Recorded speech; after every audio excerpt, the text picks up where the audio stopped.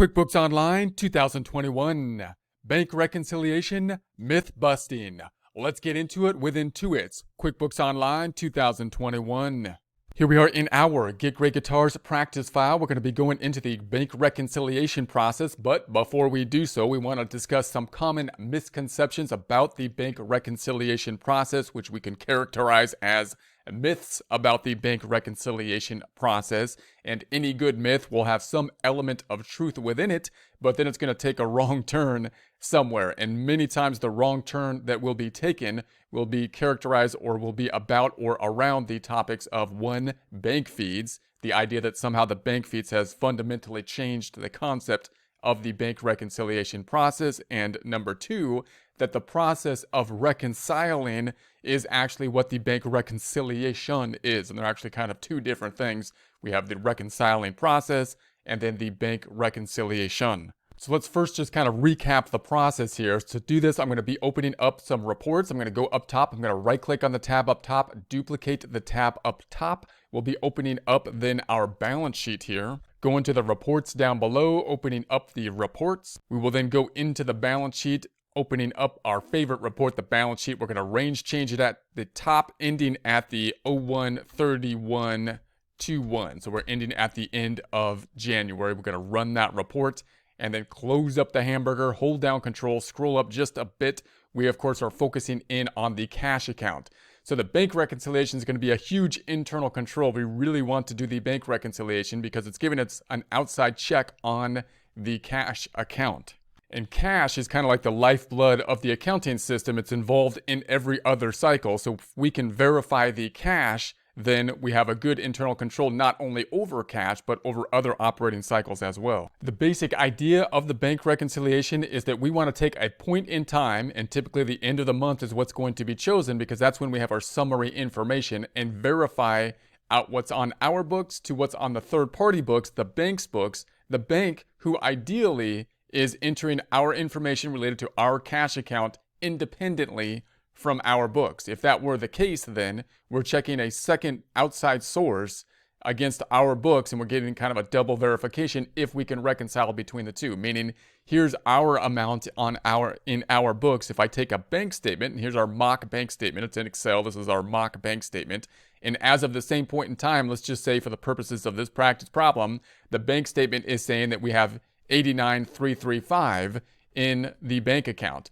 Well, these two things do not line up. That's not going to be unusual if we're doing a full service bookkeeping system due to the fact that we could have outstanding checks and outstanding deposits. That's really what we're looking for. We're looking to find those outstanding checks and deposits so we can determine exactly what the difference is.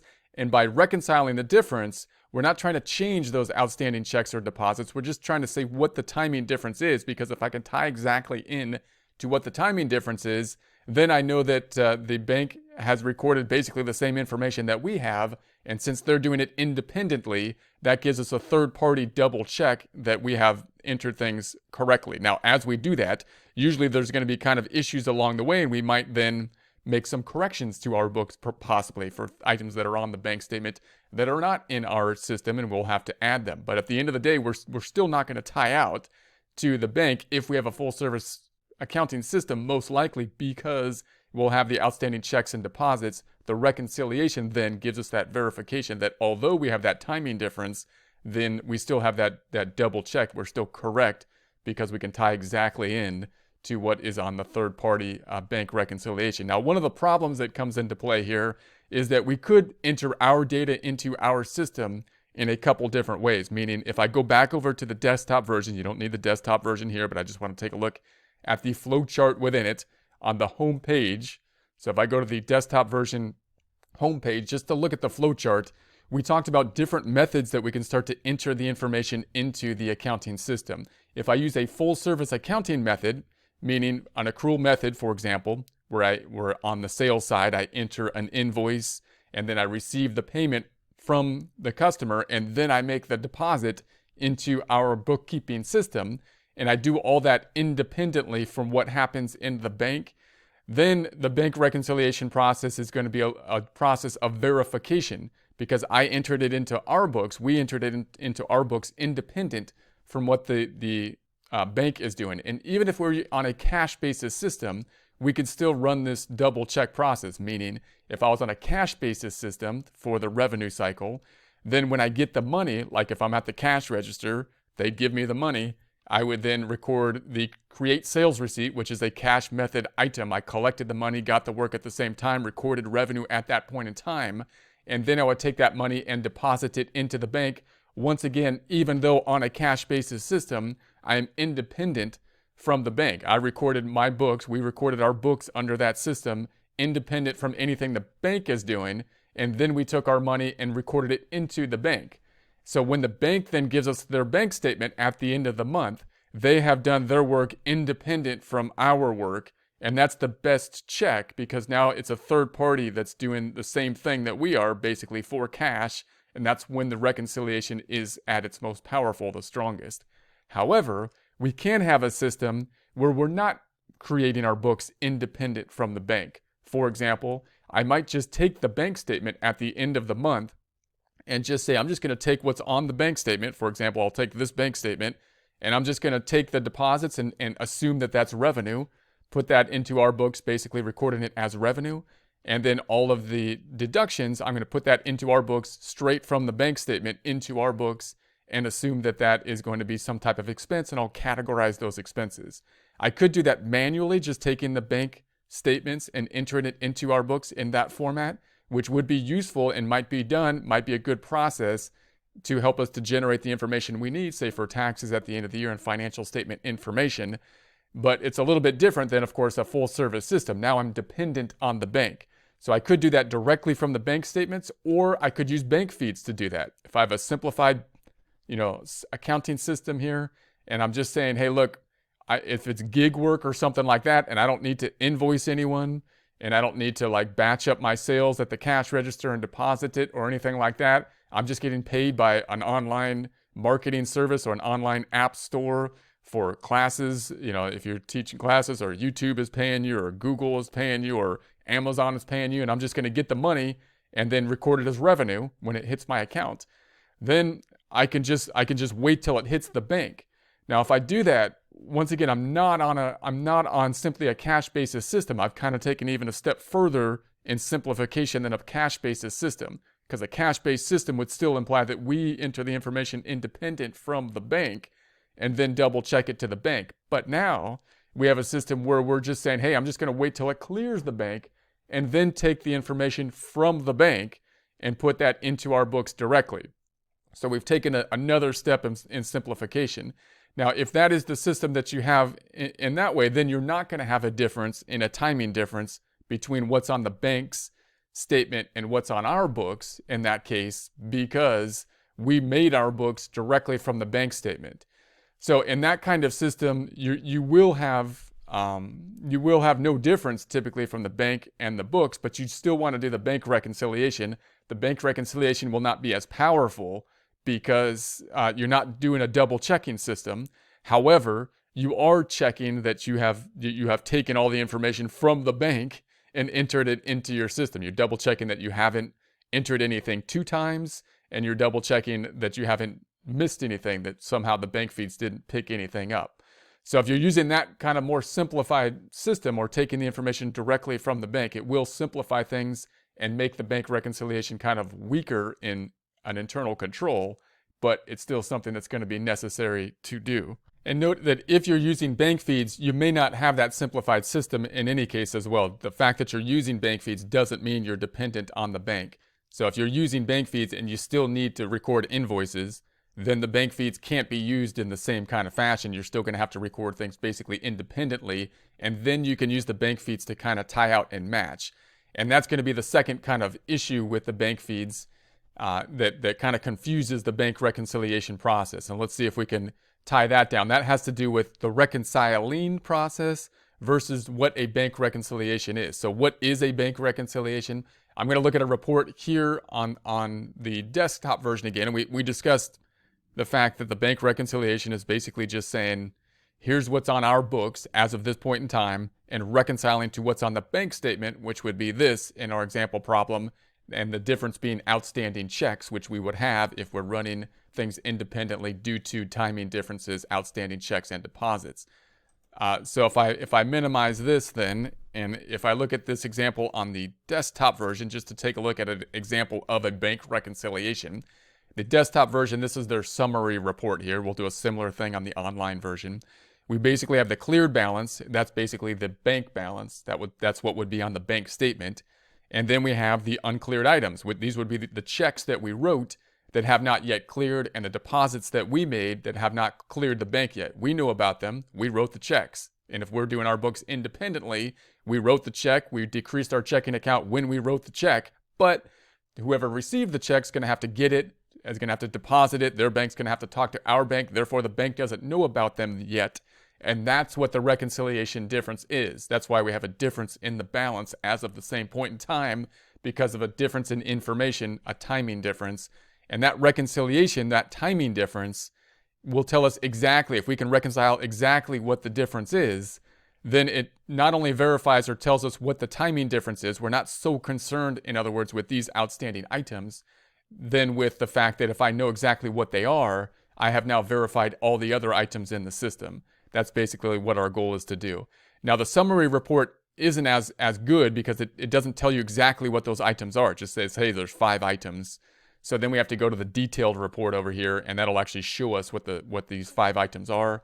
I'll go into that more depth when we actually go into the presentation about doing the bank reconciliation. But just realize that these are the things that we're after, is this reconciliation item, and that kind of verifies and double checks that the whole accounting system is correct. So this is actually the bank reconciliation report. This is what we're after. If you got an auditor comes in and they say, hey, I want to verify your bank reconciliations, this is what they're looking for.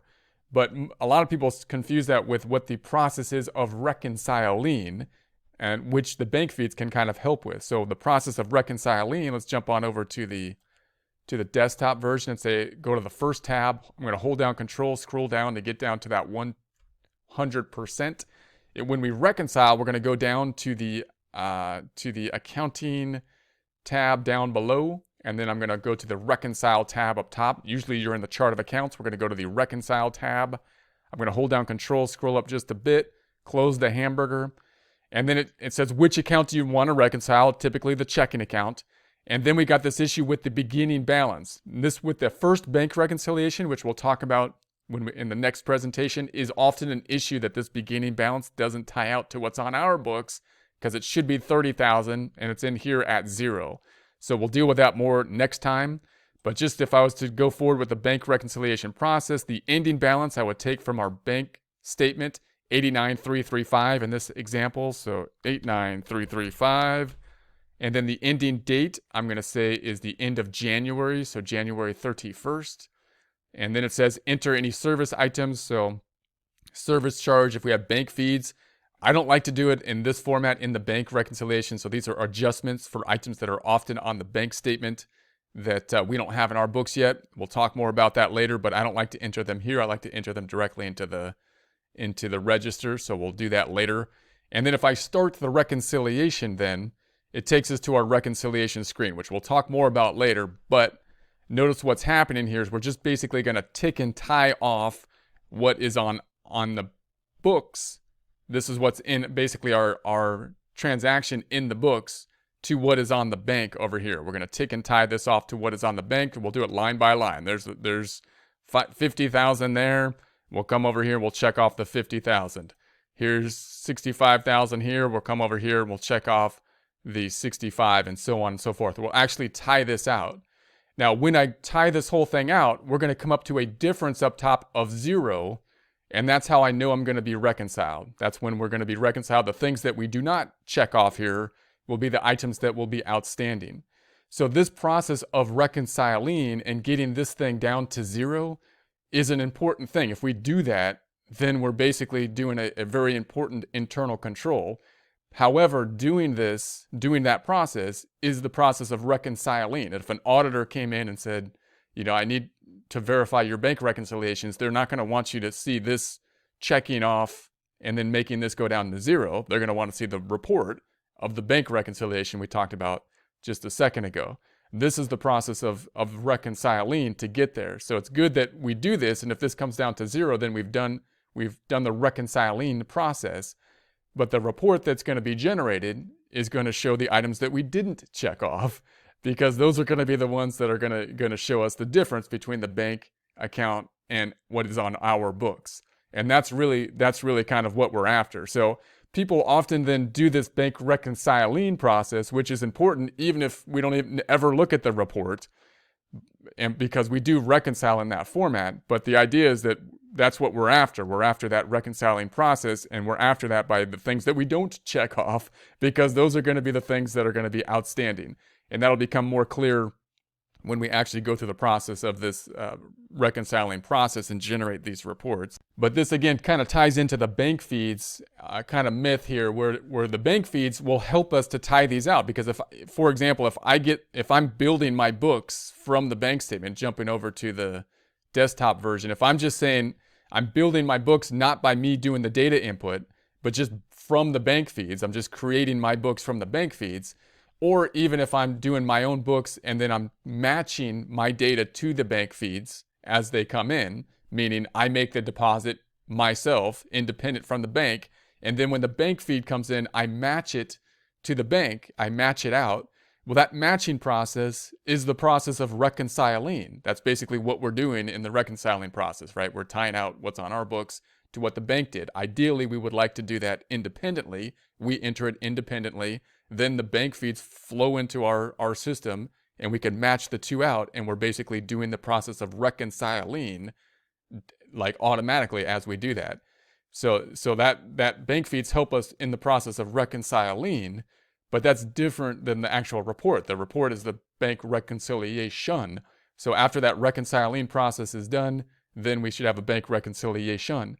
So in other words, if I use the bank feeds, it might help me then when I get to this bank reconciliation report to do the actual bank reconciliation. All these might be checked off like automatically, because when I entered the bank feeds, the system was able to match out the bank feeds to what's in our books, which is great. All these would be checked off, and I can then reconcile my report a lot easier, hopefully, with the bank feeds. That might make the system faster, but the bank feeds helped me to do the process of reconciling so that I can then make the bank reconciliation. They haven't made bank reconciliations obsolete. They've they made it possibly faster to go through the process of reconciling so that we can create the bank reconciliation more quickly. Okay, so hopefully that made some sense. We'll go into the bank reconciliation process in future presentations.